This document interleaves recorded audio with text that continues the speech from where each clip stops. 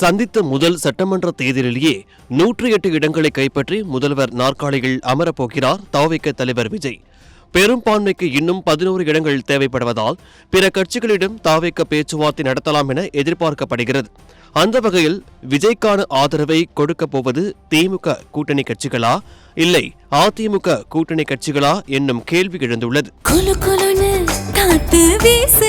உங்கள் சத்யாவில் குளு குளு ஏசி ஆஃபர்.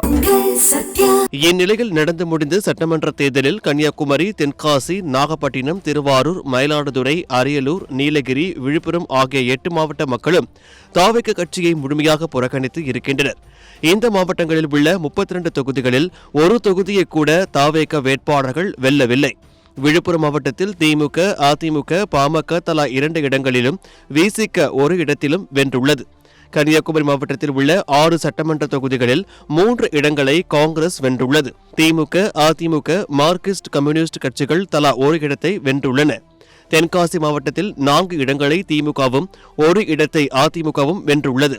திருவாரூர் மாவட்டத்தின் 4 தொகுதிகளில் திமுக, அதிமுக, அமமுக, இந்திய கம்யூனிஸ்ட் கட்சிகள் வென்றுள்ளன.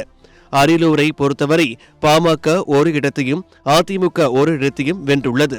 நாகப்பட்டினத்தில் திமுக, மார்க்சிஸ்ட், அதிமுக தலா ஒரு தொகுதியில் வென்றுள்ளன. மயிலாடுதுறை மாவட்டத்தின் 3 தொகுதிகளையும் காங்கிரஸ், திமுக, மதிமுக வென்றுள்ளது.